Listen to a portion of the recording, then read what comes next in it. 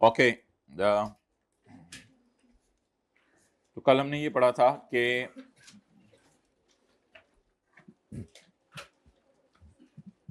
जो रेंट आपको मिलेगा वो इनकम फ्रॉम प्रॉपर्टी में जाएगा।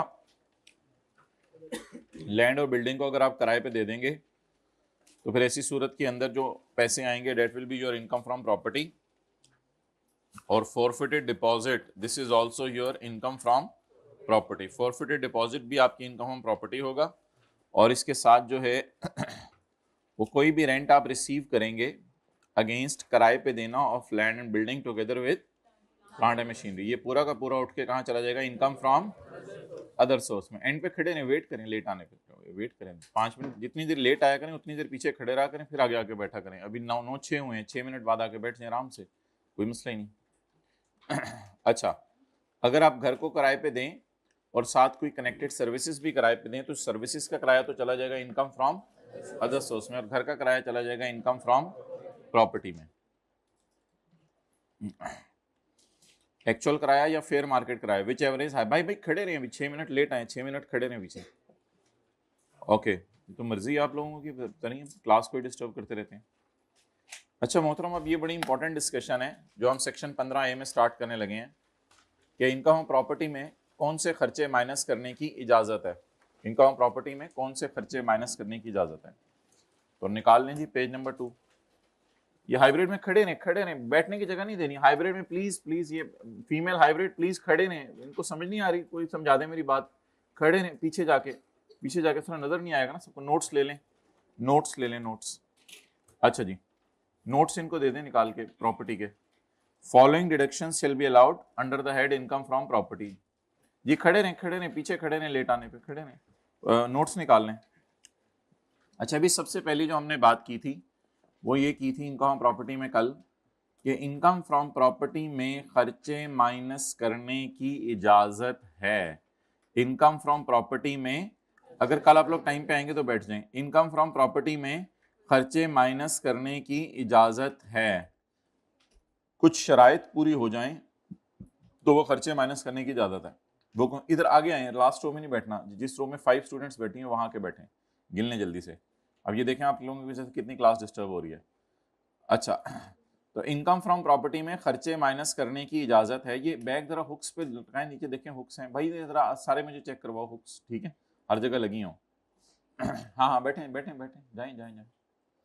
अच्छा, इनकम प्रॉपर्टी में जो खर्चा माइनस करने की इजाजत है उसमें पहला खर्चा है repair allowance. Repair allowance minus करने की, जी खड़े रहे एंड पे, लेट आने पे 10 मिनट खड़े नहीं, इधर पीछे वेट करें। क्या? अच्छा चले आए, फिर आ जाए, इधर आ जाए, थर्ड रो में आ जाए, थर्ड रो वाले जरा जगह बना दे। अच्छा भाई, करो डिस्टर्ब, आखिर में बैठे लोगों को करो डिस्टर्ब, बार बार इनको करो, ये एंड तक आखिर तक जाएंगे डिस्टर्ब, ये तो लेट टाइम है, इनको पूरी क्लास में डिस्टर्ब करें इंशाल्लाह।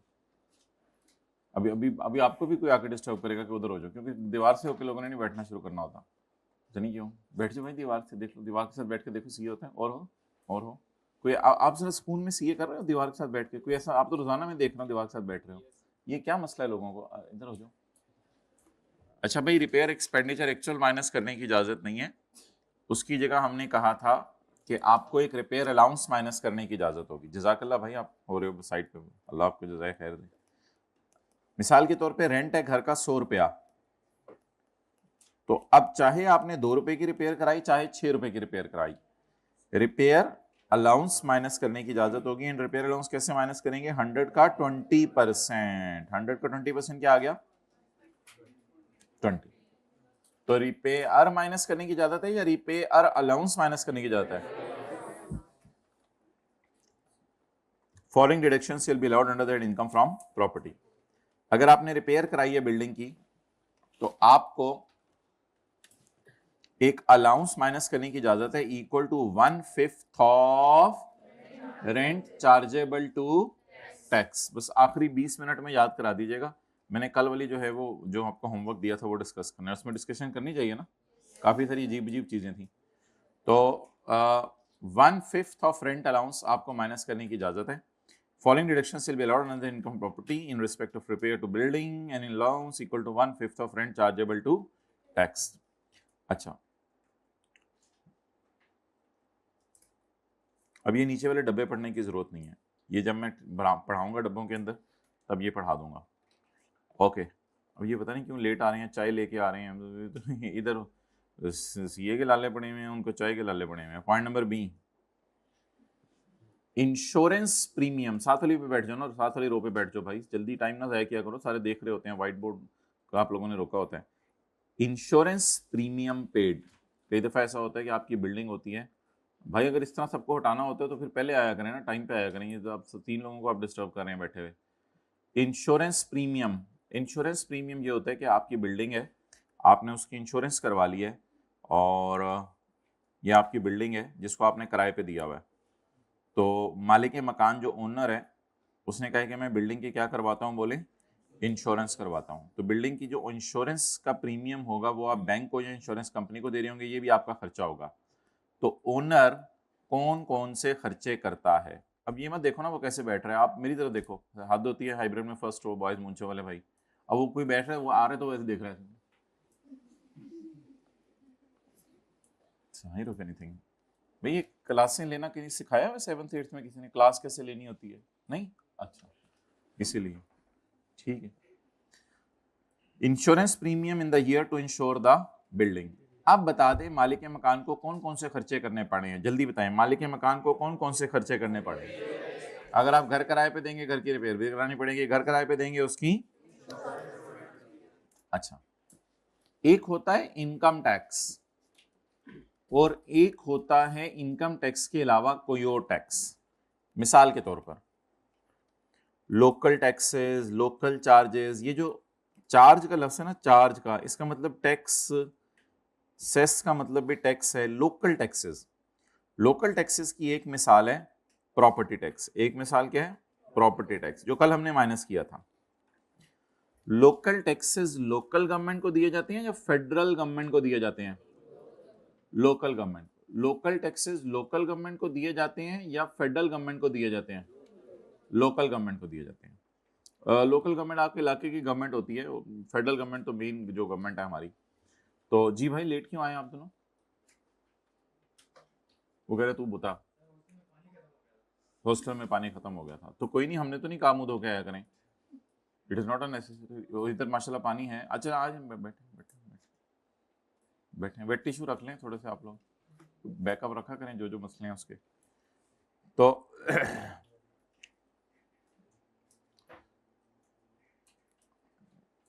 असल में अगर आप फेडरल गवर्नमेंट को टैक्स देना तो उस टैक्स का नाम है इनकम टैक्स, उस टैक्स का नाम है, ये इनकम टैक्स जो है वो माइनस करने की इजाज़त नहीं है बिजनेस के, ये प्रॉपर्टी के खर्चे के तौर पे। इसकी वजह ये है कि देखें, आपने इनकम फ्रॉम प्रॉपर्टी कमाई, आपने रेंट पे किया, रिपेयर अलाउंस पे किया, आपने कोई प्रॉपर्टी टैक्स पे किया 3 रुपए का, अब आपकी इनकम कितनी आ गई? 77। फर्ज करें ये 77,000 है, ये 77 मिलियन है, तो ये रुपीज इन मिलियन है, आपकी इनकम आ गई 77 मिलियन। अब 77 मिलियन पर आप टेबल 1 में जाके रेट लगाएंगे, उस पर जो टैक्स निकलेगा वो टैक्स भी यहां लाके माइनस करेंगे? नहीं। तो इनकम टैक्स डिडक्शन है या वो अलग से गवर्नमेंट को पे करेंगे? कुछ समझ आई बात? आपने कमाया कितना? 100, रिपेयर कितनी माइनस की, प्रॉपर्टी टैक्स कितने माइनस किया, इसके अलावा आपने इनकम टैक्स भी देने गवर्नमेंट को, ये तो लोकल टैक्स है, लोकल गवर्नमेंट को दे देंगे। इसके अलावा आपने कौन सा टैक्स देने गवर्नमेंट को? अब 77 को जाके आपने देखा टेबल 1 में टेबल 1 में जाके 77 मिलियन पे रेट लगाया, वो कोई ना कोई टैक्स की फिगर आ गई, मिसाल के तौर पे 77 मिलियन पे आ गया 12 मिलियन टैक्स। अब वो जो 12 मिलियन टैक्स है वो भी यहां लाके माइनस करेंगे, फिर तो ये 77 बदल जाएगा और वो भी हिलेगा और सारा। तो बोले कौन सा टैक्स माइनस करने की यहां इजाजत नहीं है, यहां कौन सा टैक्स माइनस? इनकम टैक्स, बाकी टैक्सेस माइनस करने की ये कोई हम समझ पाए हैं कि ये क्या लिखा हुआ है? Excluding income tax. बहरहाल इंशाल्लाह न्यूमेरिकल्स में इसकी बार बार रिवीजन होगी तो बात क्लियर हो जाएगी। तो इनकम टैक्स मेरे भाई बोले प्रॉपर्टी के हेड का खर्चा नहीं है, प्रॉपर्टी के हेड का खर्चा नहीं है। Local rate, local tax, local charge paid on property और रेंट फ्रॉम प्रॉपर्टी। प्रॉपर्टी के ऊपर पे किया जाए या प्रॉपर्टी के रेंट के ऊपर पे किया जाए। कुछ प्रॉपर्टी पे पे करते हैं और कुछ प्रॉपर्टी के रेंट के ऊपर पे करते हैं। प्रॉपर्टी पे टैक्स होते हैं और प्रॉपर्टी के रेंट पे टैक्स होते हैं का मतलब ये है कि भैंस पे रेंट है और दूध पे रेंट है। तो समझ आ गई होगी। प्रॉपर्टी मींस घर के ऊपर भी गवर्नमेंट रेंट लगा सकती है और घर के ऊपर भी टैक्स लगा सकती है। मादर घर के ऊपर भी टैक्स लगा सकती है और घर के रेंट पर भी। लेकिन टैक्स लगाने वाली कौन है? Local government. टैक्स लगाने वाली कौन है? भाई अब ये क्यों डिस्टर्ब कर रहे हैं भाइयों को? ये भाई ये शुरू वाली क्लासें, अब ये मसले एड्रेस कर लें और आइंदा लेट ना आया करें। जी उस्मान बांट दें कॉपीज, अगर कोई कल नहीं आया था क्लास लें और फिर कॉपी बांटें। ये क्या तरीका होगा? कल कॉपियां बांटी गई हैं और फिर आज जब दिल चाह रहा है आप जो है वो चेहरा शरीफ उठा के ला रहे हैं क्लास में। ऐसा तो ना किया करें ना।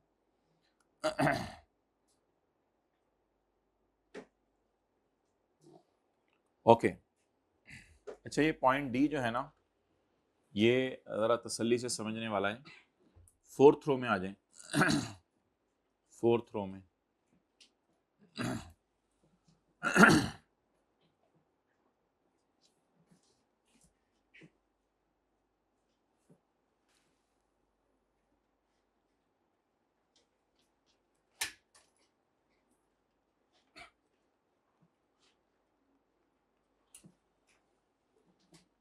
वसीम अकरम के पास, बड़ा गौर से समझना है फोर्थ पॉइंट। वसीम अकरम के पास एक my battery is not running low, my laptop's battery is running low, my battery is 99% charge, 1% जो आप लोगों ने सुबह सुबह ना सुना के। अच्छा, की जगहों पे अजीब बात लिखी होती है, सुबह का नाश्ता। समझाया ना करें, जिसको समझ आ जाए ठीक है, समझाया ना करें। तो नाश्ता और किस टाइम का होता है? वसीम अकरम साहब जो है वो एक साहब हैं, उनके पास क्या है? भाई खुदा के लिए आना बंद कर दो भाई, बस कर दो यार, खुदा के लिए भाई मैं पढ़ाना चाहता हूँ यार, क्या कर रहे हो तुम लोग? ये कल से जो आए ना उसको ये पंजाब यूनिवर्सिटी ले जाए भाई। हाइब्रिड ये जो भी लेट आए ना इसको पंजाब यूनिवर्सिटी छोड़ के आ जाए, गेट के अंदर बिल्कुल, बस वो तो गेट बंद करके इसको ये करे बीएस अकाउंटिंग एंड फाइनेंस उधर जाके। अच्छा जी, वसीम अकरम जो है वो, उसके पास एक पीस ऑफ लैंड है और ये खाली पड़ा है। शाहिद अफरीदी साहब आके कहते हैं कि जी मैंने इसके ऊपर जो है वो घर बनाना है। अब वसीम अकरम कहते हैं कि लैंड तो मेरी ही है, तुम्हें 5-10 साल 15 साल के लिए चाहिए तो एग्रीमेंट कर लो, उसके बाद डिमोलिश कर देना, ये लैंड मुझे चाहिए, ठीक है? क्योंकि हमने सोचा हुआ है कि हमने इस पे ऊपर कोई और काम करना है। तो उसने शाहिद अफरीदी को इसके ऊपर क्या बनाने की इजाजत दे दी। अब ये शाहिद अफरीदीज बिल्डिंग हो गई और वसीम अकरम्स लैंड होगी। वसीम अकरम्स लैंड होगी, ठीक है? तो वसीम अकरम की लैंड है और उस पर शाहिद अफरीदी ने क्या बना ली? बिल्डिंग बना ली। बाद में कभी वसीम अकरम को चाहिए हुई तो नीचे से निकाल के ले जाएगा? नहीं, शाहिद अफरीदी को कहेगा कि बिल्डिंग डिमोलिश कर दें। अच्छा, अब होगा क्या कि हम स्टोरी में ट्विस्ट लाते हैं। सर आसिफ आए, सर आसिफ टेनेंट हैं और फिलहाल शाहिद अफरीदी ऑब्वियसली ओन करे ना, वसीम अकरम तो लैंड ओन कर रहा है, तो शाहिद ये मोबाइल क्या करना है तो हमें मुझे बताएं जी, कितना करना है? 26 तेरी खैर, इतनी लंबी जाम नहीं हो सकती, सॉरी 24 20 बाकी ने भी फीस दी हुई है ना, 22 करो इसको, 22 करो। इसका हल ये है कि जहां डायरेक्ट थ्रो होना वहां ना बैठा करें, इनको थोड़ी फीलिंग। ओके अब मोहतरम,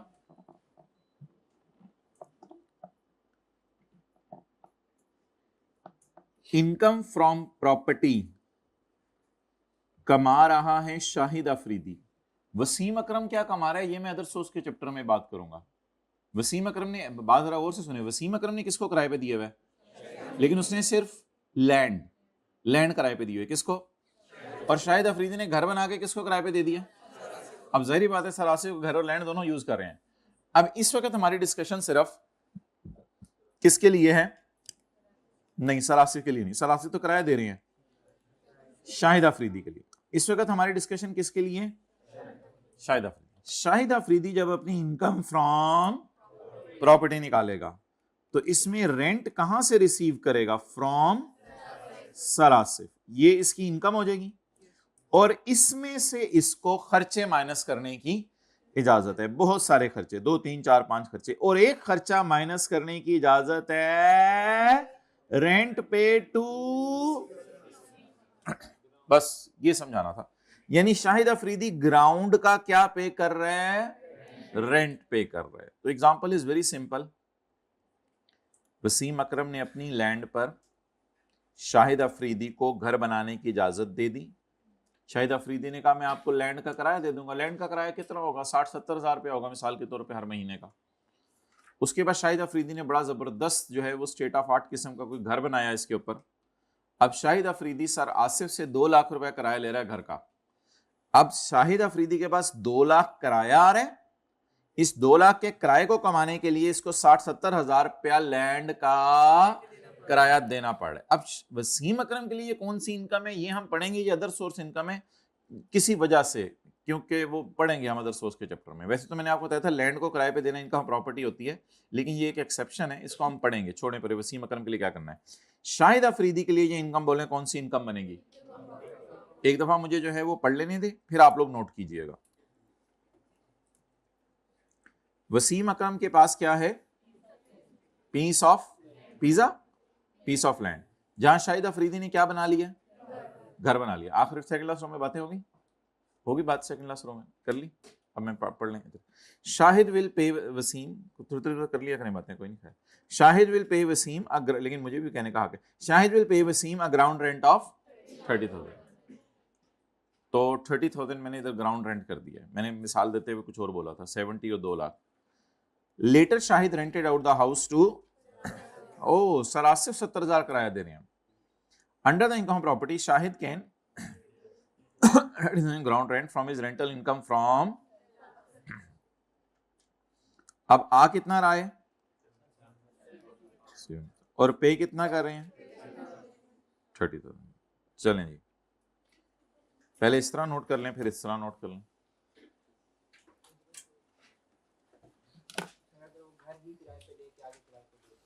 जी वो इनकम हम अदर सोर्स के चैप्टर में पढ़ेंगे।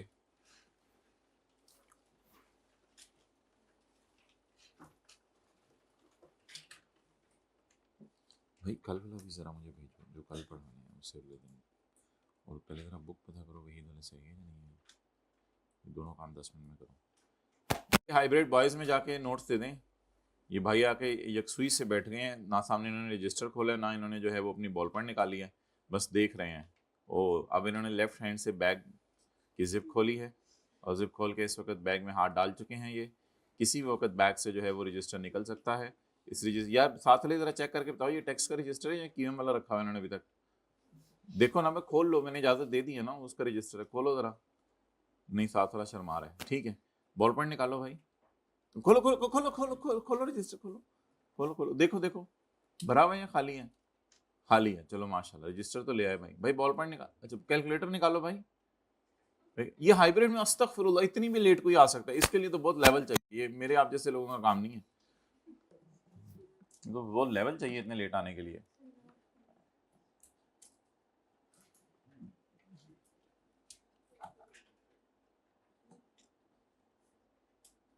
आप लोग सच्ची सच्ची बताएं, मेरे आप जैसे बंदा छुट्टी कर सकते हैं? छुट्टी कर सकते हैं मेरे आप जैसे बंदा? इसके लिए तो बहुत लेवल चाहिए होते हैं, बहुत हाई लेवल के लोग हैं जो छुट्टियां करते हैं। मेरे आप जैसे लोगों का काम नहीं है छुट्टी करना। मैनू एक करा लेने दो। ये कर लिया नोट? हाँ तो फिर इत्थे आ जाओ। कोई इधर लेके जा रहा है, कोई उधर लेके जा रहा है, कभी दर बदर, कभी इनके दर, कभी उनके दर।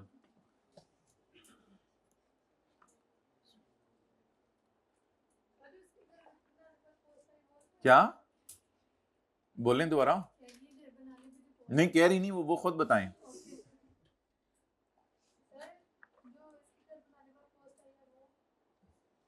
हाँ, वो रिपेयर अलाउंस पास माइनस करें।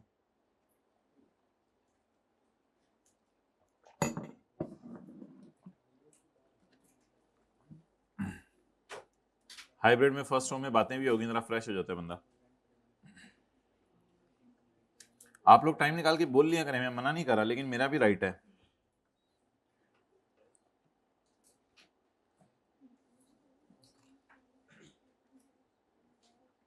क्योंकि आपके वालिदैन ने ट्रस्ट करके भेजा कि एक कोई ऐसी मशीन से गुजारो कि दूसरी तरफ से सीए करके बाहर निकला हो। हम क्या करें, हमारे पास ऐसी मशीन ही नहीं है, बच्चे को मशीन के अंदर जाके भी कुछ करना पड़ेगा। Point number C, D, ground rent paid for the by Shahid to is deduction for, वो पूरी रात रोंदे रहे, सुबह उठ के मरा कौन है, बोल दें आगे। It is deduction for Shahid Afridi. ये किसके लिए डिडक्शन है? आप लोग भी शायद सही बोल रहे हो। It is deduction for Shahid Afridi, ये शाहिद अफरीदी के लिए डिडक्शन है। किस हेड के अंदर?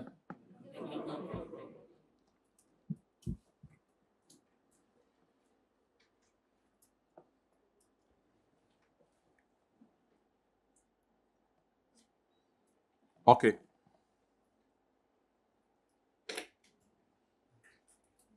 अब पूछें किसी का कोई सवाल है तो।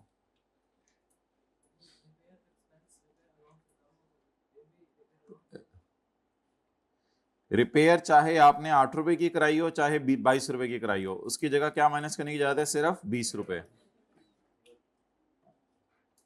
ठीक है जी। बस फेडरल गवर्नमेंट को जो टैक्स पे करते हैं वो इनकम टैक्स है, वो माइनस करने की इजाजत नहीं। बाकी लोकल टैक्सेस माइनस करें, वो पता नहीं किन रेट्स के ऊपर होंगे। प्रॉपर्टी टैक्स पेपर में दिया होगा, पता नहीं वो प्रॉपर्टी पे लोकल गवर्नमेंट हमारे इलाके की मांगती होगी, वो पता नहीं कितना टैक्स होगा, क्या रेट होंगे, हमें उससे क्या। प्रॉपर्टी टैक्स की बस फिगर सवाल में गिवन होगी, उसको हम यूज कर लिया करेंगे। ओके नेक्स्ट, अगर आपने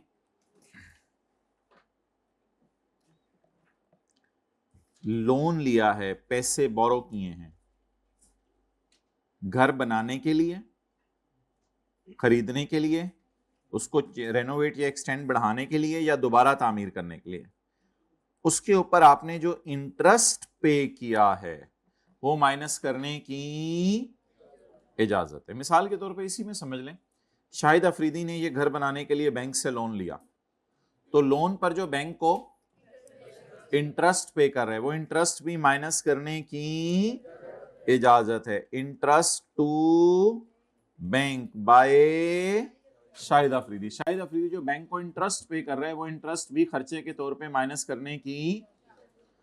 तो अगर घर बनाने के दौरान आपने कोई लोन ले लिया, उस लोन के ऊपर बैंक को क्या पे किया? इंटरेस्ट, तो ये भी माइनस करने की इजाजत है।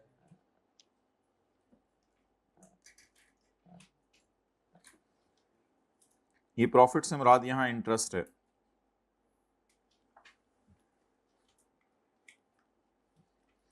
The interest paid on any money borrowed to acquire, construct, renovate, extend or reconstruct the property.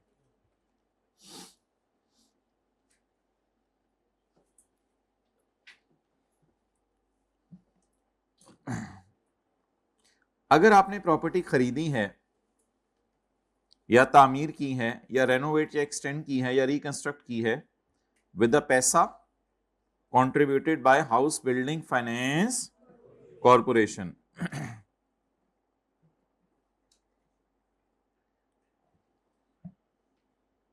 अगर आपने घर बनाते हुए पैसा हाउस बिल्डिंग फाइनेंस कॉरपोरेशन से लिया है, on money borrowed from any one, ऊपर में था फ्रॉम एनी वन, किसी से भी उधार ले लें पैसे,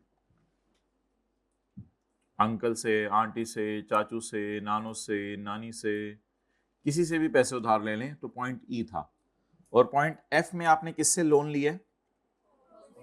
हाउस बिल्डिंग फाइनेंस कॉरपोरेशन या किसी बैंक से। तो ये जो ब्रैकेट में लिखा हुआ है ना, share in rent and share in appreciation towards value of house, इसका मतलब भी इंटरेस्ट ही है, जिसको मैंने अंडरलाइन किया हुआ है और मैंने ब्रैकेट में भी आपके सामने ले लिया है। इस पूरी लाइन का मतलब इंटरेस्ट ही है, यानी इस सारे को लिख के स्लैश इंटरेस्ट भी लिखा जा सकता है। हाइब्रिड में बॉयज सेकंड रो में आखिर वाले भाई दीवार के साथ लिख नहीं रहे स्लैश डाल के इंटरेस्ट, लिख लिया जज़ाकल्लाह। अच्छा भाई, अब जो है वो भाई नोट्स ला के दे दो, ये किसी के पास नोट्स नहीं है, जरा दोनों क्लासों में खड़े हो जाएं, उन दोनों क्लासेस में खड़े हो जाएं जिनके पास, खड़े हो जाएं, जरा खड़े हो जाएं, जरा जल्दी आसानी हो जाएगी। 1 2 3 4, ये भाई को खड़े करो ना, इनके पास नोट्स नहीं है, जो भी आए हैं भाई आपके पास सेकंड रो में, इनको खड़े करो। ये अजीब बात है, ये खड़े करना पड़ा है, तो खुद समझ नहीं आ रही। इधर भी दो स्टूडेंट्स के पास नोट्स नहीं है, बैठ जी। अच्छा भाई, अब अगली बात बड़ी गौर से सुननी और समझनी है, वो ये है कि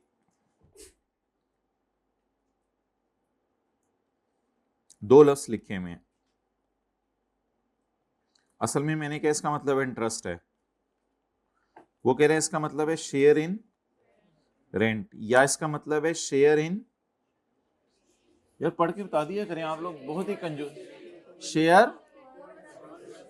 share towards appreciation in value of property. अब वो कह रहे हैं कि इंटरेस्ट की जगह ये मतलब है शेयर इन रेंट या share towards appreciation in value of property. मिसाल के तौर पे एक बंदे ने घर तामीर किया, इसमें 50 लाख ओनर ने डाला और 50 लाख बैंक ने डाला और 1 करोड़ रुपए का घर बन गया। ये जो 1 करोड़ रुपए का घर बना, इस घर के बारे में अब हमने बात करनी है। इस 1 करोड़ रुपए के घर से फर्ज करें रेंट आ रहा है 6 लाख, रेंट आ रहा है 6 लाख। अब इसमें से आप 2 लाख बैंक को दे देते हो और 4 लाख अपने पास रख लेते हो, या बराबर बराबर कर लें, 3 लाख 3 लाख, ठीक है। ये आपने बैंक को दे दिया और बाकी 3 लाख ओनर ने अपने पास रख लिया। अब लॉ मेकर ये कह रहे हैं कि आप इस्लामी जमहूरिया पाकिस्तान में हो तो आप इंटरेस्ट की बात ना करो, आप बैंक को इंटरेस्ट नहीं दे रहे, आप बैंक को रेंट का शेयर दे रहे हो, आप बैंक को रेंट का शेयर दे रहे हो, या आप उसे शेयर दे रहे हो प्रॉपर्टी की कीमत जो बढ़ रही है उसमें। यानी ये प्रॉपर्टी है, आमतौर पे लैंड की कीमत बढ़ती रहती है, ये 100 लाख वाली बढ़ के अब जो है वो 120 लाख 22 लाख की हो गई है, वो जो कैपिटल एप्रिसिएशन हो रही है वो दे रहे हो। हालांकि ये बात बिल्कुल गलत है, ये बात उसकी बिल्कुल गलत है, क्योंकि रीजन ये होती है कि बैंक अपने लोन के ऊपर ही 10-12% इंटरेस्ट लेता है। वो कभी भी नहीं कहता कि किराया आएगा तो मुझे उसका हिस्सा दे देना, किराया नहीं आया तो मैं तुम्हें माफ कर दूंगा, बैंक ऐसा नहीं करते। एंड सेकेंडली, ये क्या हो रहा है इधर, इनको कोई ना क्लास हो रही है, इधर देखे ना भाई, एक क्लास हो रही है और आप लोग इधर कुछ कर रहे हैं, पढ़ाते हुए कर रहा हूँ, क्लासें लेना से नहीं पढ़ाया जाता, मैं क्या करूँ। अच्छा, तो आप किराए का कुछ हिस्सा दे रहे हैं या आपकी जो प्रॉपर्टी की वैल्यू बढ़ रही है उसका कुछ हिस्सा दे रहे हैं। लॉ मेकर कह रहे हैं आप बैंक को ये दे रहे हैं, लेकिन हकीकत में बोलें ये क्या है, क्योंकि बैंक्स क्या करते हैं, बैंक ये नहीं देखते, अगर आपकी प्रॉपर्टी किराए पे नहीं चढ़ी पूरा साल तो बैंक्स ये नहीं बात को देखेंगे, बैंक फिर भी लोन पे इंटरेस्ट मांगेंगे। तो हकीकत में आप बैंक को लोन पे क्या दे रहे होंगे, इंटरेस्ट, लेकिन वो कह रहे हैं आप बैंक को क्या दे रहे हैं, शेयर इन रेंट, या अगर ये 100 वाली प्रॉपर्टी 120 की हो गई तो उसका कुछ हिस्सा दे रहे हैं बैंक को। तो ये 3 लाख मैंने आपको क्या निकाल के दिखाया है, शेयर इन रेंट। लेकिन इसका सही नाम है इंटरेस्ट, लेकिन वो पेपर में उसने इधर लिखा हुआ है शेयर इन रेंट और share towards appreciation in value of property.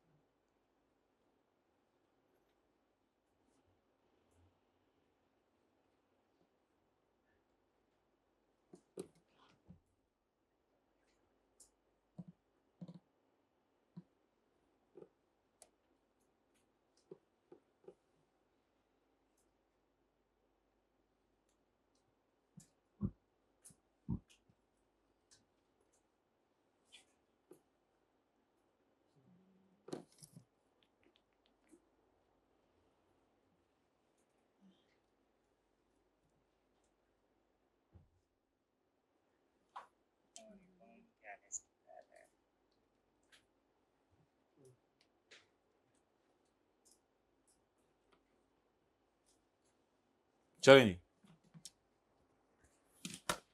Speed up guys, her guy speed बढ़ाए।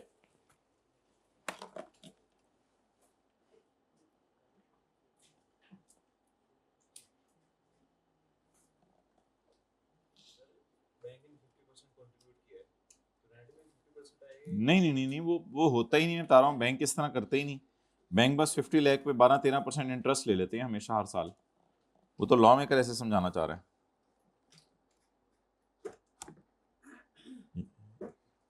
ये रहने दो, कल बुक आ जाएगी।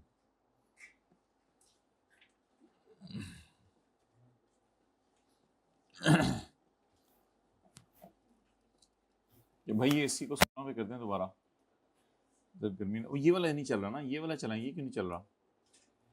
इन्होंने नहीं फीस दी हुई, ऐसे तो ना किया करें, एसी बंद कर देते हैं। अच्छा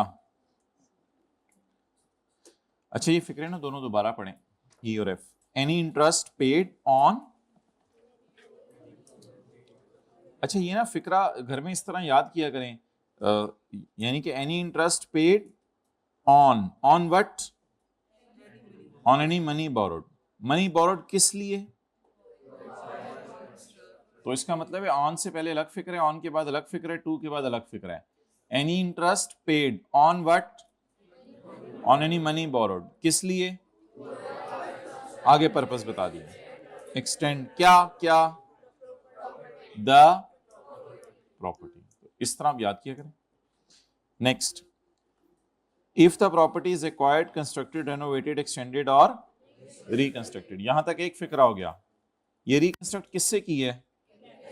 with capital, with capital, contributed by house building finance corporation और, अच्छा तो उसको आपने पे क्या किया है? The share in rent and share towards house is allowed as deduction. ऊपर से मिला के पढ़ेंगे ना, is allowed as in respect of repair to building, an allowance equal to 1/5 of rent chargeable to tax is allowed as insurance premium paid in the year to insure the building is allowed as deduction। यानी ये खर्चे के तौर पर minus करने की, शायद भाई एसी चलाएं। Okay, point number G, G for बकरी।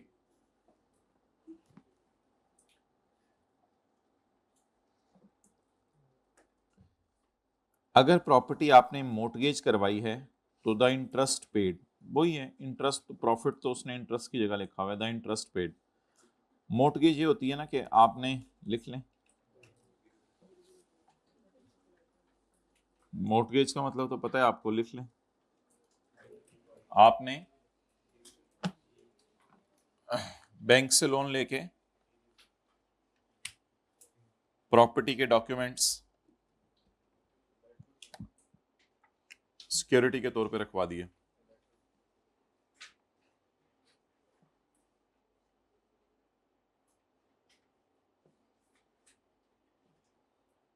आपने बैंक से लोन लेके प्रॉपर्टी के डॉक्यूमेंट सिक्योरिटी के तौर पे रखवा दिए।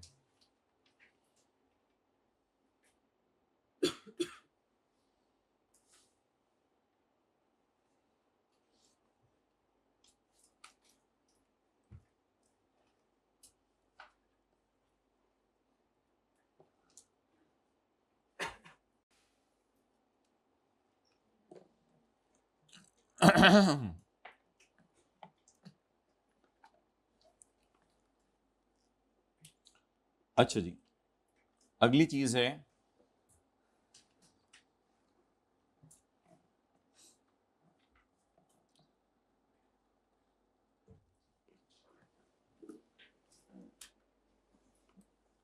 आपने रेंट कलेक्शन चार्जेस पे किए। आपने क्या पे किए? रेंट कलेक्शन चार्जेस पे किए। क्या हुआ, तसल्ली से चलाए ना दोनों एसी आके।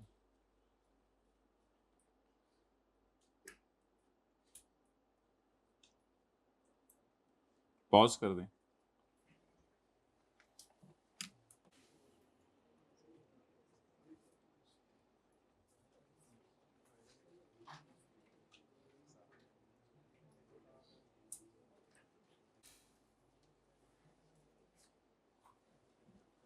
अच्छा, कभी कभी ऐसा होता है कि आप जो है वो रेंट कलेक्ट करने बीइंग ओनर खुद नहीं जाते, आपने रेंट कलेक्ट करने के लिए कोई बंदा रखा होता है जिसको आप फीस देते हैं।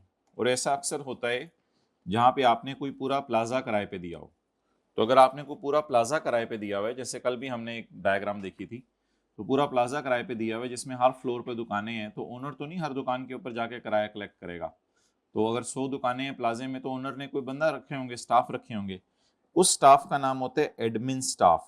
उसको कोई ना कोई एडमिन के पैसे दे रहे होते हैं या रेंट कलेक्ट करने के चार्जेस दे रहे होते हैं। तो एनी एक्सपेंडिचर पेड सिर्फ और सिर्फ फॉर डिराइविंग रेंट। लेकिन उन बंदों के लिए रखो अपने घरों के कामों के लिए नहीं, उन बंदों को रखना है आपने सिर्फ और सिर्फ होली एंड एक्सक्लूसिवली, लफ्ज बोले होली एंड एक्सक्लूसिवली, सिर्फ और सिर्फ, सिर्फ और सिर्फ, सिर्फ और सिर्फ उनको रेंट कमाने के लिए रखा हो कि रेंट कमाना है तो इसलिए मैंने इन बंदों को रखा है क्योंकि इनको भेज के अगलों से किराया लेना पड़ेगा। तो ये रेंट कलेक्शन चार्जेस माइनस करने की इजाजत है up to lower of what and what, actual expense और 4% ऑफ रेंट चार्जेबल टू। इसकी इंशाल्लाह हम रिवीजन करेंगे अब आने वाले दिनों में, और कल भी मेरे ख्याल से हमने इसकी रिवीजन की है। उसमें एक्चुअल खर्चा भी दिया हुआ था रेंट कलेक्शन चार्जेस का, और 4% भी हमने लगा के देखा था। तो ये एडमिन और कलेक्शन चार्जेस के बारे में हो गया। तो रिपेयर अलाउंस माइनस करने की इजाजत है 1/5, एक्चुअल रिपेयर माइनस नहीं कर सकते। इंश्योरेंस प्रीमियम पूरा माइनस करने की इजाजत है। लोकल गवर्नमेंट को टैक्सेस पे किया माइनस करने की इजाजत है। इनकम टैक्स माइनस करने की इजाजत नहीं है। ग्राउंड रेंट माइनस करने की इजाजत है। लोन लिया आपने, चाहे वो लोन किसी से लिया, चाहे वो बैंक या HBFC से लिया, चाहे वो लोन अपनी प्रॉपर्टी मॉर्टगेज करवा के रखवाया, इन सारी सूरतों में जो आप इंटरेस्ट पे करेंगे, that will be allowed as deduction. वो इंटरेस्ट खर्चे के तौर पर माइनस करने की इजाजत है। ओके, आपके खिलाफ कोई केस हो गया क्योंकि आपने सूट पहना हुआ था। नहीं, सूट का क्या मतलब है, कोर्ट केस। आपके खिलाफ कोई केस हो गया जिसमें अगले बंदे ने कहा कि ये प्रॉपर्टी मेरी है, ये प्रॉपर्टी मेरी है। शाहिद अफरीदी को किसी ने आके कहा, रमीद राजा ने आके शाहिद अफरीदी को कहा, चल निकल, ये घर तो मैंने बनाया दिन रात एक करके। अब उसने कहा, भाई मैंने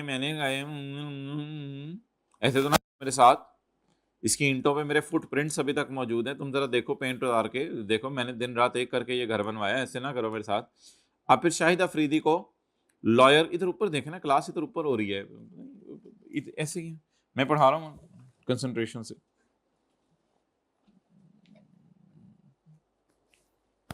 मैं आया हूँ इसीलिए पढ़ाने के लिए।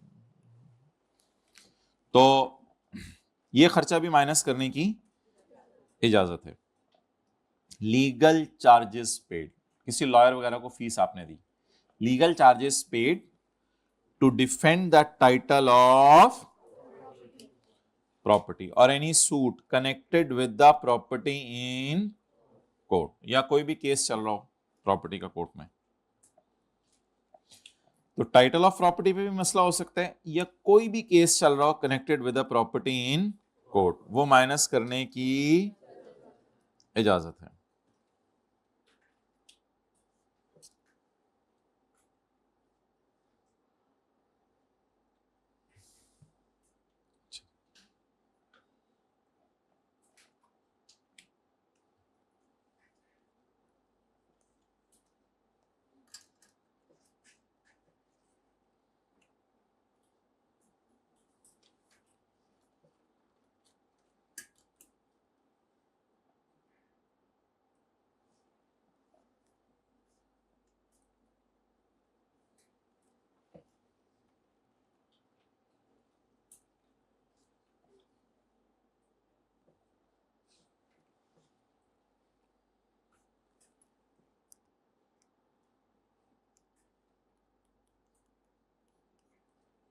दो 2022 के अंदर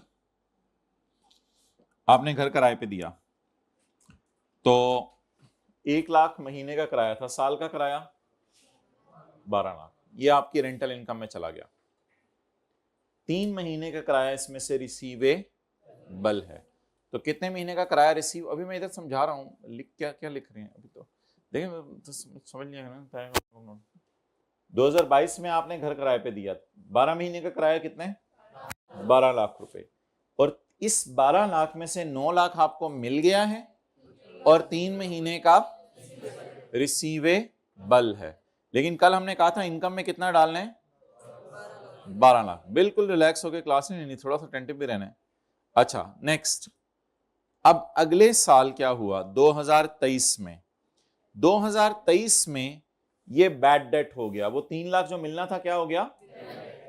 तो जब 2023 में आप अपनी इनकम फ्रॉम प्रॉपर्टी कैलकुलेट करेंगे तो उसमें आपकी, अक्सर लोगों की काफी सारी प्रॉपर्टीज रेंट पे चल रही होती हैं, तो उसमें आपका जो भी रेंट आया आपको, उसमें से ये पुराना वाला 3 लाख माइनस करने की, क्योंकि इस 9 लाख में, 12 लाख में 9 लाख तो मिल गया था, 3 लाख मिलेबल था, जो मिलेबल था, रिसीवेबल था, वो मिलेबल मिल गया या मिल गया या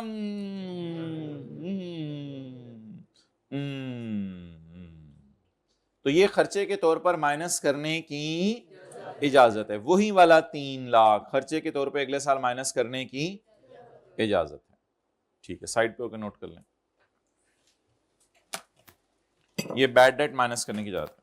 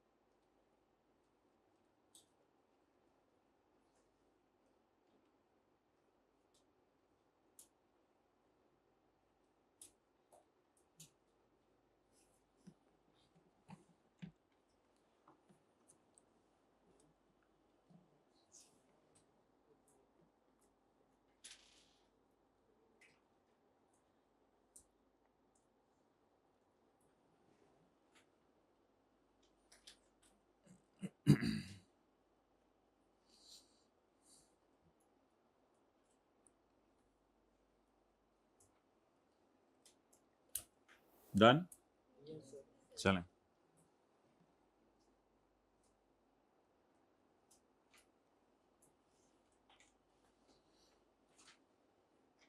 अच्छा जी, बैड डेट माइनस करने की 3 शराइतें हैं। बैड डेट माइनस करने की 2022 में माइनस की हैं या 23 में माइनस की हैं, 23 में। तो 2023 में जो भी आपकी रेंट इनकम आ रही होगी उसमें से ये 3 लाख आप माइनस कर लेंगे, नोट्स से। बैड डेट माइनस करने की कितनी शराइतें, 3 शराइतें। बैड डेट माइनस करने की एक शर्त तो ये है कि ये मुझे पढ़ा लेने, बैड डेट माइनस करने की 3 शराइतें, उसमें से एक शर्त तो ये है कि ये टेनेंसी बोनेफाइड हो। टेनेंसी बोनेफाइड होने का मतलब ये है कि ये मालिक मकान अपने नाम दिखा सके कि ये मेरा मकान है, और किराएदार से भी एग्रीमेंट दिखा सके और साबित कर सके ये सारी चीजें ओरिजिनल है, फेक नहीं है। इसी में एक शर्त और है कि आपने जो डिफॉल्टिंग किराएदार है उसको अपनी प्रॉपर्टी से निकाल दिया है, डिफॉल्टिंग टेनेंट को, किराएदार को अपनी प्रॉपर्टी से निकाल दिया है, या आप स्टेप्स ले रहे हैं, बॉल पॉइंट या उंगली मुंह में नहीं डालनी, या आप स्टेप्स ले रहे हैं उसको अपनी प्रॉपर्टी से निकालने के लिए, लेकिन आप कहते हैं कि मैं बंदे लेके आ जाता हूं तुझे निकालने के लिए, उसने कहा मैं अकेला ही काफी हूं, आप डर गए। तो या तो आपने उसको निकाल दिया है, या आपको लग रहा है कि मैं उसे निकाल नहीं सकता, मैं उसे निकाल नहीं सकता। ठीक है, आपने उसको वॉइस नोट भेजा, मैं तुम्हें निकाल दूंगा, उसने कहा बेटा हमें पता है तू किस रास्ते से गुजरता है, आपने डिलीट फॉर ऑल, मैं नहीं तुझे निकाल। अच्छा नेक्स्ट, इसके बाद जो है वो अगला स्टेप ये है कि आपने उसके खिलाफ कोर्ट में केस कर दिया है, फिर बैड डेट माइनस करने की इजाजत है। आपने उसके खिलाफ कोर्ट में केस, या आपको लगता है कि अगर आपने उसके खिलाफ कोर्ट में केस किया तो वो आपको कोर्ट में डाल के ले जाएगा, अपने बोरी में डाल के आपको कहीं छोड़ाएगा, आपको ये लग रहा है? या आपने उसके खिलाफ केस कर दिया है, या आपको पता है कि उसका इतना लेवल है कि अगर मैंने उसके खिलाफ केस कर दिया तो मेरा लेवल फारग हो जाना है। और तीसरी बात, ये बैड डेट पास्ट में इनकम में जा चुका हो और इस पे टैक्स भी दे दिया हो। जाहिर बात है जब ये इनकम में गया था तो इस पे टैक्स भी दिया होगा आपने।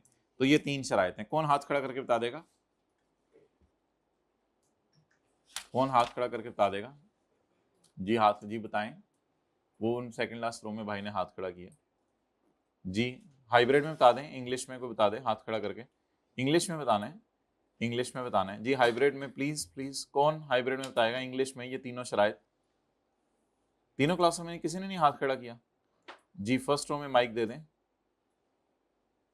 फर्स्ट रो में माइक दे दें हाइब्रिड में। आखिर से भेज दें माइक। क्या चीज? क्यों नहीं चल रहा? क्या? हाँ कोई मसला नहीं। आप ये आपको मैं फोन कर रहा हूँ, जाके दें फोन। जल्दी जाएं हाइब्रिड में। ये इधर वाले हाइब्रिड में जाएं, फोन। जी जी जी। ज़माना बदल चुका है, चीज़ें तो बहुत तेज़ी से चेंज हो रही हैं दुनिया में। तो कितनी शराइत हैं भाई? अगर ये तीन शराइत पूरी हो जाएं, फर्स्ट रो में जाएं, अगर ये तीन शराइत पूरी हो जाएं तो बैड डेट माइनस करने की इजाजत है। मैं जरा कॉल सुन लूँ। जी बोलें। समीर उधर ही रहें।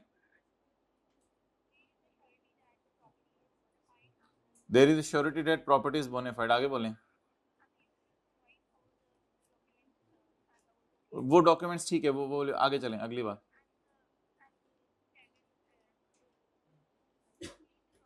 Tenant will vacate the property, ठीक है। इफ द नहीं tenant will leave the property, या फिर हमें लगे कि प्रॉपर्टी नहीं छुड़ा सकते।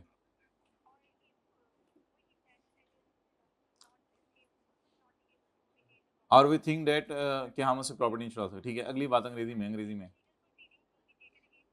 And legal proceeding have been taken against the tenant. आगे।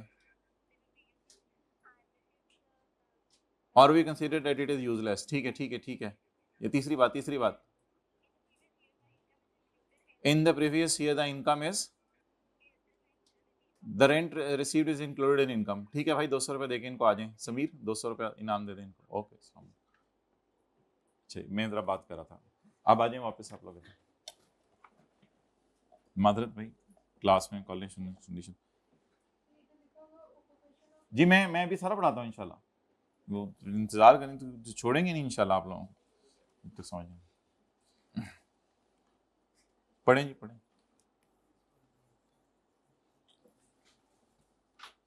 अब सारे उर्दू मीडियम से आए बेटा? Urdu medium, Farsi medium, Pashto medium,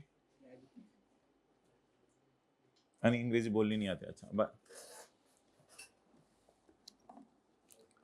where there are reasonable grounds to believe that unpaid rent is, जहां कहीं रीजनेबल ग्राउंड्स हों ये बिलीव करने के लिए कि रेंट इरिकवरेबल है। जहां कहीं रीजनेबल ग्राउंड्स हों ये बिलीव करने के लिए कि रेंट क्या है, रेंट मिल ही नहीं सकता, तो क्या करें?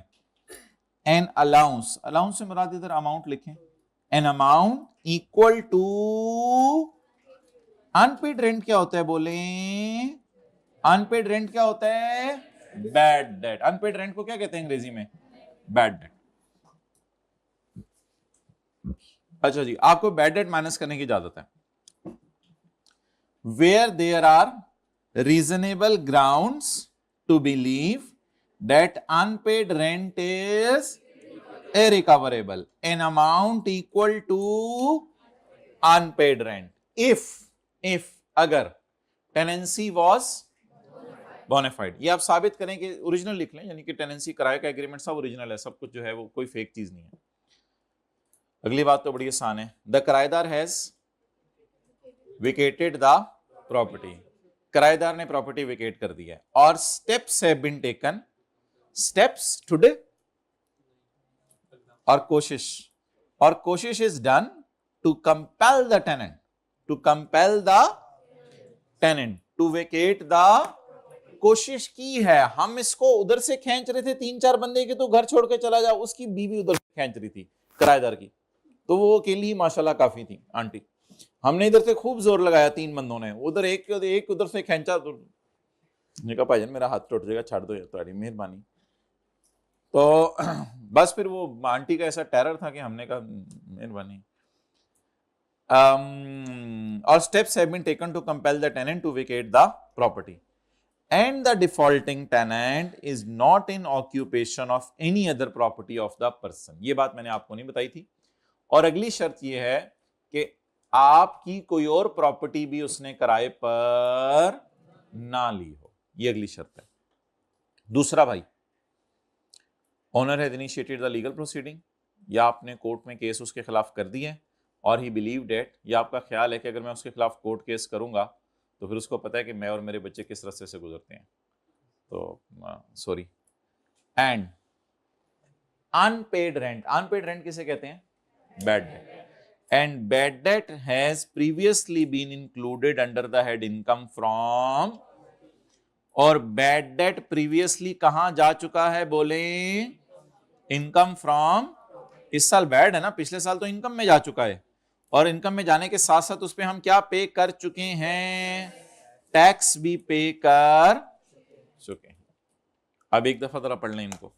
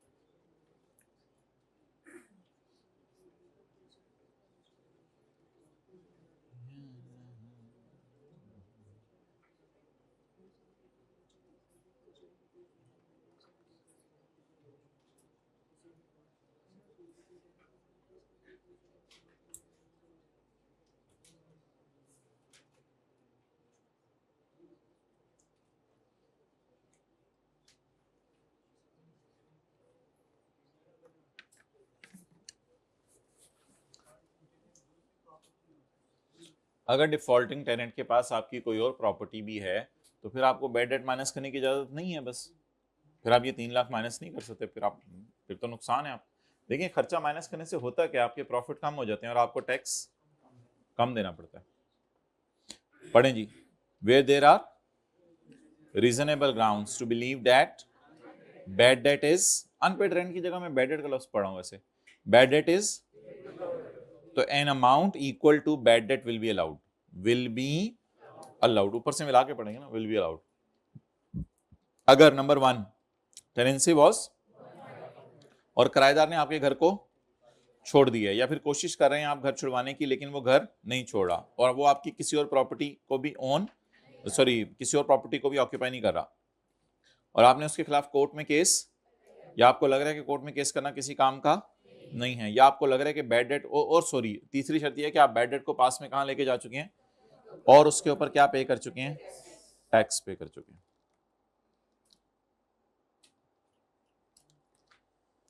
हाँ, अगली बात आसान है कि where any unpaid rent allowed as deduction is wholly और पार्टली रिकवर्ड, जहां अनपेड रेंट सारा या थोड़ा सा रिकवर हो जाए, the amount recovered shall be chargeable in the year of receipt, जिस साल वो पैसे आए उस साल इनकम में चले जाएंगे। मिसाल के तौर पे 2000, ऐसे मिसाल दे रहा हूं, बेशक नोट ना कीजिएगा, मिसाल के तौर पे 2025 में आपको रिसीव हो गए 1,20,000, हालांकि मिलने कितने चाहिए थे? 3 लाख। 3 लाख में से 1,20,000 मिल गए, तो अब ये 1,20,000 2025 की इनकम फ्रॉम प्रॉपर्टी में चले जाएंगे, ऐड हो जाएंगे। तो अगर बैड डेट बाद में रिकवर हो जाए तो फिर देखिए ना, अब टैक्स वालों को भी तो कोई फायदा होना चाहिए। पहले तो हमें फायदा हो गया था कि 3 लाख हमारे खर्चे में चला गया था, जिसकी वजह से हमें टैक्स सेव हो गया था। लेकिन अब वो बंदा 3 लाख में से कितने दे गया? 1,20,000।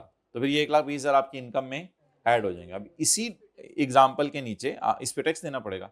इसी एग्जाम्पल के नीचे आप लिख लें, assume that he received 1,20,000 out of 3 lakh. Assume he received 1,20,000 out of rupees 3 lakh in 2025.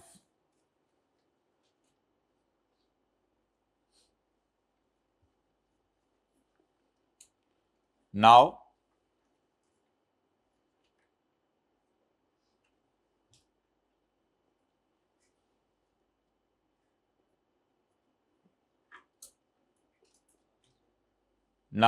बोलिए ना आप, क्या कंक्लूजन निकला? Now this 1,20,000 is chargeable to tax. किस साल चार्जेबल? किस साल? चार्जेबल का मतलब होता है इनकम में ऐड होगा, और डिडक्शन का मतलब होता है खर्चे के तौर पे माइनस होगा। तो इनकम में ऐड होगा या खर्चे के तौर पे माइनस होगा? So it is chargeable to tax in 2025 में ये चार्जेबल टू टैक्स है।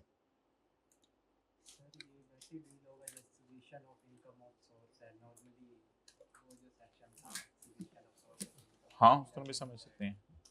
अच्छा जी, अब माजरत उन हजरात से जिन्होंने अभी तक वो पीआरसी की वजह से बाकी लेक्चर नहीं लिए, तो अब ये लोग नोट कर लें, अगर इन्होंने अभी तक पिछले लेक्चर नहीं लिए हुए, कि हमारे लेक्चर नंबर 9 के अंदर जो आखिरी 30 मिनट्स की डिस्कशन है वो चैप्टर 4 की है।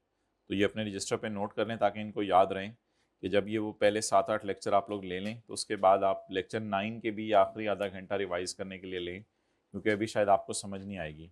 तो जो पीआरसी से आए हैं और पिछले हफ्ते क्लासें नहीं ली या अभी अभी ज्वाइन किया, उनको मैं कह रहा हूँ कि आप थोड़ा सा, आपको हमें 20-25 मिनट हमारा बैठना आपको बर्दाश्त करना पड़ेगा। बैठे रहें, समझ आ जाएंगी थोड़ी थोड़ी चीज़ें, कोई इतनी ऐसी टफ भी नहीं है। तो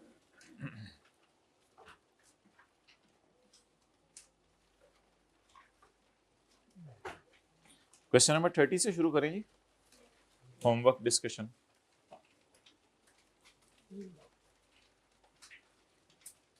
अरसलान एक सिटीजन है पाकिस्तान का, और पेज 22 है कल वाले नोट्स का, पिछले वाले नोट्स का, चैप्टर 4 के। Is employed by an international banking organization based in UK. Pakistan का सिटीजन है, ये बात याद रखिएगा, उसने वादे बता दिया। The following details outline Aslan's travel and work assignments across different countries during tax year 2024। 1 जुलाई से 15 अक्टूबर तक यूके रहा है जी। 31 जुलाई में दिन, अगस्त में कितने? जुलाई, अगस्त, सितंबर में कितने? 30, अक्टूबर में कितने? 15, टोटल 10। अच्छा जी, 107 डेज ये कहां रहा? यूके में। अच्छा जी, यूएई 16 अक्टूबर, उंगलियों पे गिने, 16, 17, 18, 16, 17, 18, 19, 20, 21, 22, 23, 24, 25, 26, 27, 28, 29, 30, 31। कितने दिन बन गए? 16। 16 दिन अक्टूबर के, नवंबर के 30, दिसंबर के 31, 77। ओके, आगे चलें। पाकिस्तान, ये थोड़ा सा है ना ऐसे अजीब सा सवाल के आने और जाने का दिन कोई वाजे तौर पे है ना, थोड़ा अजीब सा। तो बस ठीक है, पता नहीं शायद यकम को पाकिस्तान आया होगा, 26 को चला गया होगा, यही समझ लें। थोड़ा सा है इस सवाल में ये वाला ना, ऐसे वाजे तौर पे पता नहीं चल रहा किस दिन आया, फ्लाइट किस दिन की थी। तो बस जिस तरह वो सवाल वाला चला रहे फिर उस तरह चल लें, थोड़ा सा इस सवाल में इस तरह का है मसला, बस यकम कोई पाकिस्तान आया होगा, फिर ये नहीं कि 31 को वहां से निकल गया होगा, वो बस जाने दें अब इसको। यकम से 26 कितने दिन बन गए? गिनिया का ना खुदा के लिए लिखे पाकिस्तान कितने दिन हो गए? 26, ठीक है। अच्छा जी, अब यूके में दोबारा 27, 28, 29, 30, 31 कितने दिन बन गए? 5 दिन बन गए। और फरवरी में ये 2024 है। 2024 और 2028 का साल याद रखिएगा, आपके पेपर के लिए 2 साल ही आ सकते हैं। 2024 और 2028 लीप ईयर है, तो अगर 2024 या 28 का सवाल पेपर में आ गया तो याद रखिएगा उसमें लीप ईयर है। 2028 का तो आना नहीं, 2024 का ही आएगा तो आपके पेपर में। तो फरवरी में कितने दिन है? 29। मार्च में 2, 36। ये कहाँ रहा है? यहां लिख दो 36। कुछ समझ आ रही है मैंने क्या किया है? इस तरह जरा मैं अलग अलग कर रहा हूं। अच्छा जी, आगे चलें। पाकिस्तान में कितने दिन रुके? 3 मार्च। 3 मार्च असल में इसको इस तरह भी कर सकते हैं ना, यकम और 2 फारग कर दें, बाकी तो 31 माइनस 2 दिन फारिग कर दें, 29। तो 29 डेज कहाँ रुका? पाकिस्तान। और उसके बाद 29 भी और 30 भी कितने हो गए? 50, 20 जून तक है। अच्छा, अप्रैल में नहीं गिना मैंने, मादरत, अप्रैल में नहीं गिना। तो मार्च के कितने दिन हो गए? अप्रैल के, मई के, जून के 30, टोटल 120। अच्छा जी, अब तो तैयार करा दे मुझे। इसका कितना है यूके का? ये 146। अच्छा, आप पेपर में कैसे सिनेरियो बेस्ड सवालों को, जिसको आप केस स्टडीज कह रहे हैं, लिख के आना है। लिखें जी इसका जवाब। पता नहीं क्या बोला आपने। अच्छा, मुझे भी ये कराने दें। An individual is resident individual, मैं लिख देता हूं। वो भाई इतनी देर के आपके नोट्स मेरे पास पड़े हुए हैं, कब दिए थे? अच्छा, बैड डेट वाले में दिए थे, शुक्र है। अगर मैं घर लेके चला जाता फिर, मैं तो फिर भी इतने सादा ना बना करो दुनिया में, बता दिया करो भाईजान वापस कर दो, टाइम पूरा हो गया। मैंने जो देखना था तो कह रहे थे भाईजान कितने लोग, तो लोग तो आजकल छोटी सी बात नहीं छोड़ते। दाढ़ी रखे मौलवी साहब, भाईजान की हो गए कि हल्का सा भी कर दो, लोग तो नहीं, तो बता देना था मुझे। ओके, अच्छा जी, अब मुझे ये बताएं कि an individual is considered as an individual. An individual is considered as resident individual if he is present in Pakistan. मैं बता देता हूँ, मुझे पता, मुझे पता। हमें बोलने भी नहीं देते, हमारे कॉन्सेप्ट क्लैरिटी हम दिल में बोला करेंगे। आज के बाद बोलें, an individual is considered as resident individual if he is present in Pakistan for a period। ये बरकत के लिए कुछ लोग बैठे हुए लिख नहीं रहे। for a period और period amounting in, इनको सेब निकाल के दे दें, ये खाएं। आप लोग इन लोगों की टेंशन ना छोड़ो करें, लेकिन सेब निकाल के दे दिए, खा यार तू वेला बंदा। Individual considered resident individual if he is in Pakistan, if he is present in Pakistan for a period or period amounting in aggregate to 183 days or more in a tax year, as he stayed in Pakistan। ये hybrid में second row second student female में, ये क्या programme कोई नहीं लिखने का। As he state, ये शुक्रिया आप लिखना शुरू कर दिए, मेहरबानी। पहले बताना था, मैं आपको बता देता उस पर। As he stayed for only 146 days in Pakistan, as he stayed for only, she है, ही है, अरसलाना तो नहीं है। As he stayed for only 146 days in Pakistan. क्या बोल रहे हैं? मुझे गलत बोल रहा हूं मैं कुछ? तो फिर चुप कर जाए। As he stayed for 146 days in Pakistan, so as per first criteria as per first criteria she is, he attentive आप लोग, ठीक है। As per first criteria she is non, he is non resident individual, but we will also apply the second criteria. वही ना लिखाइएगा paper में, उसे पता चल जाएगा 2-3 लोग मिलके कर रहे हैं। but we will also apply the second criteria. Sorry examiner, I forgot the second criteria, you may apply it yourself.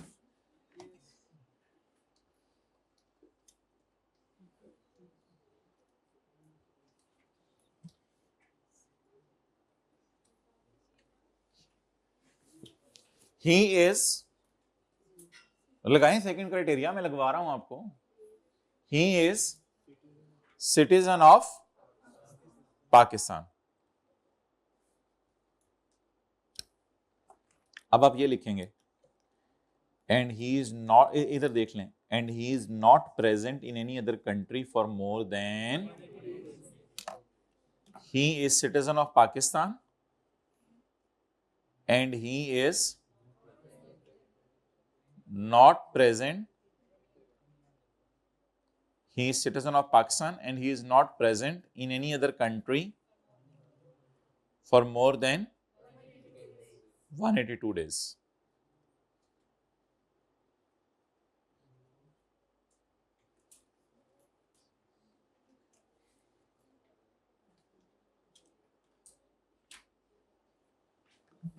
अब ना आगे मेरे ख्याल से अब इस तरह लिखाएं, so he will be considered as resident individual because he is not declared resident by any other country. एक मिनट पहले समझ लें फिर लिख लें, इस तरह लिख दें, या दो सिनेरियो बनाने हैं? दो सिनेरियो भी बन सकते हैं। if he is declared resident by any of the country then he will be non-resident, however if he is not declared resident by any other country then he will be considered as। अब मेरे ख्याल से अगर सवाल silent है तो इसमें यही एज्यूम करें कि दूसरे मुल्कों वालों ने उनको रेजिडेंट करार, मेरे ख्याल से दूसरे मुल्क वाले अगर कभी रेजिडेंट बनाएंगे ना तो वो बताएगा। तो फिर इस तरह मेरे ख्याल से अब इस साइड पे आ जाएं, इधर आ जाएं, बेहतर है इधर आ जाएं। बाज़-औक़ात वो सवाल में बता देते कि किसी और मुल्क का रेजिडेंट नहीं है, वो तो बहुत अच्छा सवाल होगा। कहाँ तक पहुंच गए थे रशीद? सो ही विल बी कंसिडर, भाईजान पता नहीं तुसी कितने पहुंचे थे भाई, जो मैं लिखवा रहा था वो दिखाएं।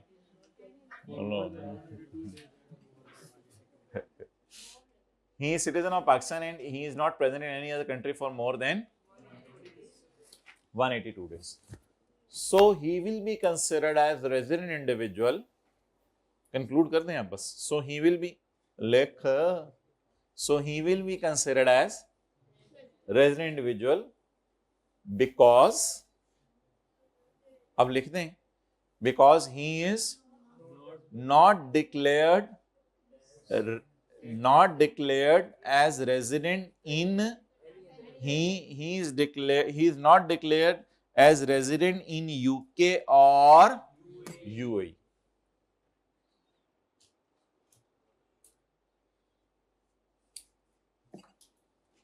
तो दोनों मुल्कों में से किसी ने रेजिडेंट तो करार नहीं दिया, मेरे ख्याल से दोनों मुल्कों में से कोई रेजिडेंट करार देगा तो सवाल बता दिया करेगा। जी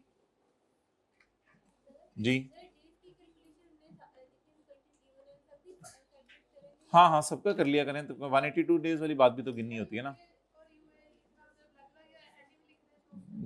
हाँ ठीक है चलेगा, वैसे बेहतर है जरा यूके यूएई लिखने। अच्छा ये हो गया था क्वेश्चन नंबर 29। अच्छा question 28, Rustam enterprise opts for final tax regime. Rustam enterprise जो है वो फाइनल टैक्स रेजिम को फॉलो कर रहा है, ठीक है जी, जबरदस्त है, फाइनल टैक्स रेजिम को फॉलो कर रहे हैं। आगे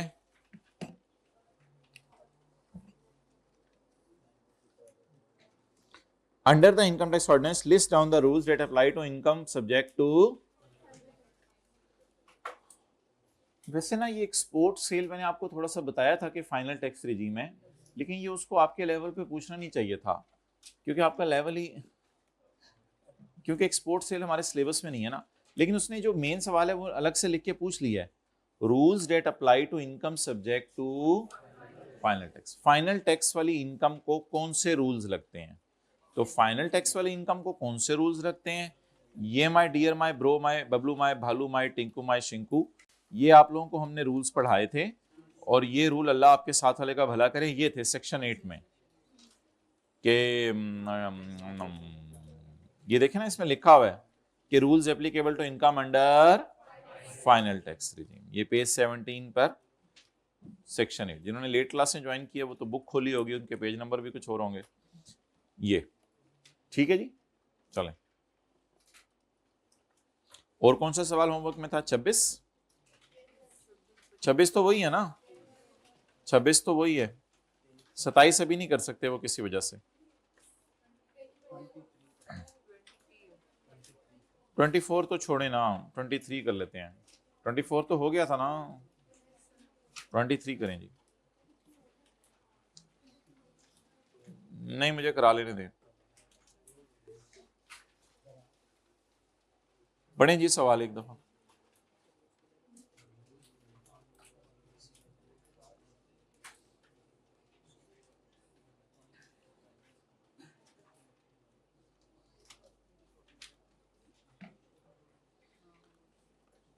ऑन 1 दिसंबर 2007, असल में ना हमारा टैक्स ईयर 2008 है, तो इसलिए ये 1 दिसंबर 2007, 1 जुलाई 7 से बेसिकली तो शुरू हो गया होगा, इसका मतलब है 1 जुलाई 2007 से 30 जून 2008। Okay. On 2 December, Bruce Lee was appointed by Chinese company as a technical director for Pakistan. He has provided you the following details. Pakistan कब टपका? गिने जी उंगलियों पे। 15, 16, 17, गिने गिने गिने उंगलियों। 15, 16, 17, 18, 19, 20, 21, 22, 23, 24, 25, 26, 27, 28, 29, 30, 31। कितने दिन हो गए? 70 डेज। तो दिसंबर में कितने दिन रुका? 17 दिन। जनवरी में ओ कोई नहीं, ज्वाइंट ऑफिस इन पाकिस्तान, ये 5-6 दिन वेलियां मारता रहा। वेलियां मारने वाले दिन काउंट करेंगे? नहीं करेंगे, करेंगे काउंट। फरवरी जनवरी में कहा था, फरवरी में 29 नहीं भाई, यहाँ 28। मार्च में 21 से 30 दुबई में उसका विजिट था। नहीं लीप ईयर, ये 2028 तो मैंने नहीं कंसिडर किया। असल में ये देखें ना, 2018 में सवाल आया था, तो आपके अटेम्प्ट में तो इंशाल्लाह सवाल जो आएगा वो 2026 से भी टैक्स ईयर चल रहा है मेरे ख्याल से। आजकल क्या डेट है आज? 1 अक्टूबर 2025। तो इसके बाद कौन सा 30 जून आने? 30 जून 26। तो आपके साल मेरे ख्याल से आपके अटेम्प्ट में जो पेपर आएगा तो उसमें तो मसला ही नहीं होगा। ये जो 20x8 होते हैं ना, इसको हम फिर 2008 लेते हैं या 2018 लेते हैं या 2028 लेते हैं, ये डिपेंड करता है किस अटेम्प्ट में सवाल आया। तो इसको 2018 ही ले लें फिर, ठीक है।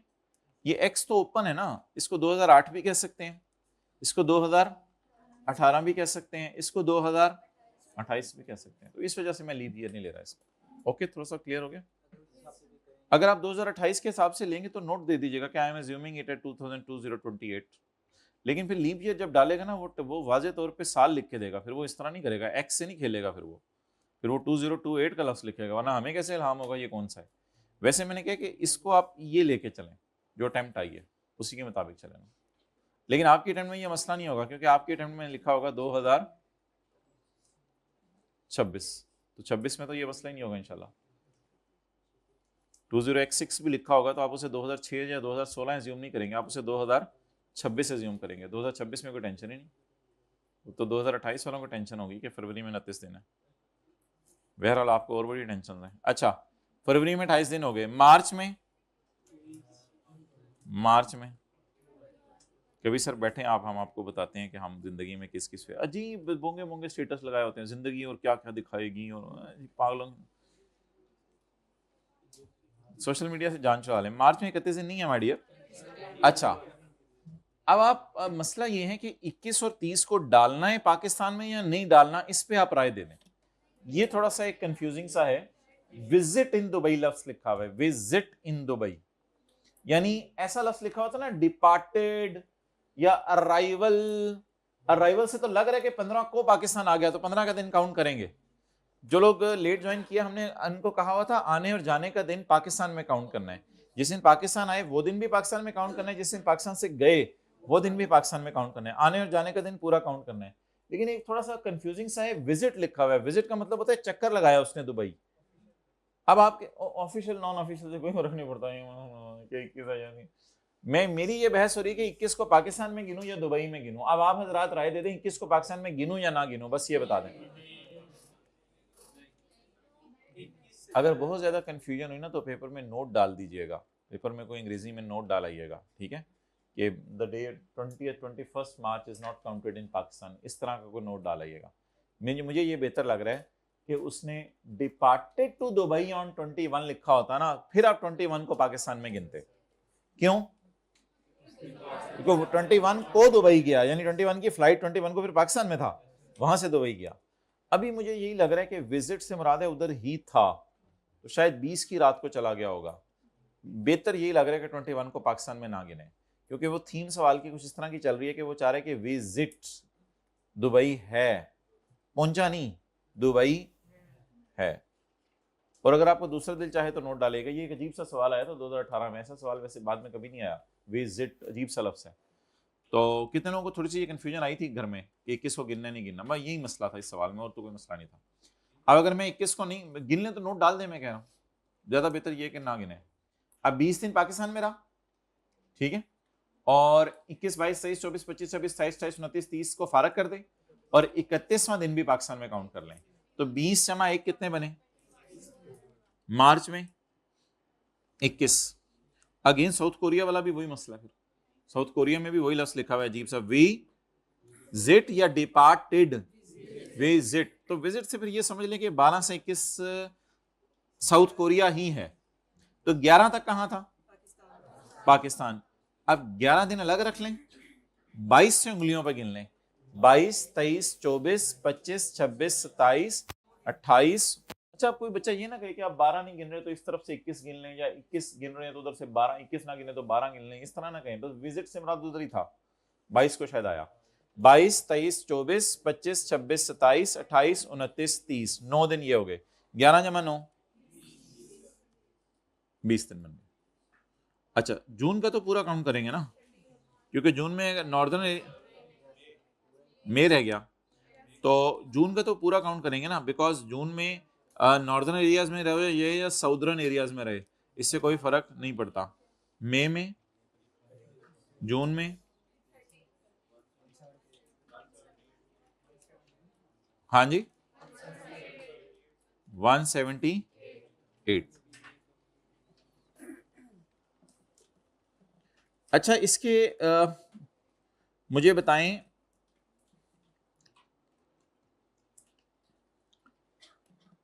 वन 178 डेज इधर हुआ, तकरीबन ये 9-10 दिन दुबई में रहा, और 12 से 21 तकरीबन जो है वो यानी कि 11-12 दिन, 10-11 दिन साउथ कोरिया में रहा। तो बाकी किधर रहा? बोंगिया ना मारा करें। 10 दिन तकरीबन साउथ कोरिया में रहा, चलो 10 दिन दुबई में रहा, तो 200 दिन, बाकी 165 दिन कहाँ रहा? पता नहीं अब कहाँ रहा। बज़ाहिर हो सकता है चाइना में रहा हो कि he is appointed by Chinese company as a technical director of Pakistan. बाकी दिन कहाँ रहा भाईजान? बाकी मुल्कों के दिन नहीं गिनने, बोले बाकी मुल्कों के दिन नहीं गिनने, दिन नहीं गिनने, बोले बोले बोले, इस तरह की बातें किया करें साथ वाले, जरा हो कि यार बड़ा शुगल प्रोग्राम है सीएम में, तो दिन नहीं गिनने, दिन नहीं गिनने, दिन नहीं गिनने। वजह बताएं बाकी बाकियों के दिन नहीं गिनने क्यों? भाई इसलिए कि वो सिटीजन ही नहीं है। वो कौन सी ली है? ब्रूस ली है, वो अजीब सी है ब्रूस ली, तो वो तो ये तो सिटीजन है ही नहीं, तो इस पे सेकंड क्राइटेरिया लगना ही नहीं। तो हर मुल्क के दिन कब गिनने होते हैं? जब सेकंड क्राइटेरिया लगाना। इधर सेकंड क्राइटेरिया क्यों नहीं लगाना? क्योंकि वो ब्रूस वाली ली है, तो इसलिए सेकंड क्राइटेरिया लगाने की जरूरत। तो हमने ये क्यों नहीं लिखा है इधर साउथ कोरिया इतने दिन रहा, दुबई इतने दिन रहा, पाकिस्तान इतने दिन रहा। ये क्यों नहीं हमने किया इस सवाल में? पिछले सवाल वाला प्रोग्राम क्यों नहीं किया इधर? क्योंकि सिटीजन नहीं है। ठीक है, तो लिखें, चलें सुन लें, छोड़ें, कभी कभी सुना भी देनी चाहिए आप लोगों को।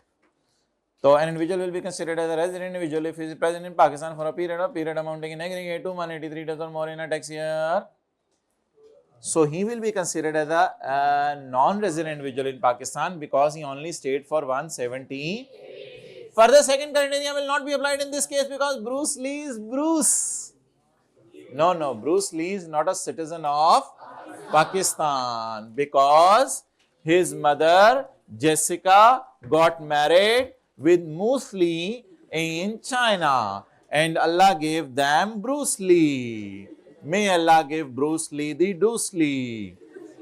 अच्छा, अल्लाह करे उसको तो ईमान मिले। अच्छा जी, अब आप आ जाएं। What is this? It's hide on anything. I am still here. The things are not closed. You're not supposed to wind up the things. Okay, guys. अच्छा, अब है क्वेश्चन नंबर 21। इसकी तरफ अगर हम आए तो आप ये देखें, ये ना एक बड़ी इंपॉर्टेंट बात आपको बताने लगा हूं। ये क्यू से शुरू हो रहा है क्वेश्चन ये, और ना ये देखें ये एन पे खत्म हो रहा है। ठीक है, ये आपने नोट करना है घर जाके। और इस क्वेश्चन का नंबर है 21। इसमें इंशाल्लाह हम कल बात करेंगे। ये आप लोगों ने वाइंड अप कर लिया था, वरना जब तक हम कुर्सी से उठ ना जाएं आप लोगों को वाइंड अप करने की इजाजत नहीं है। जी अब क्या वजह थी लेट आने की?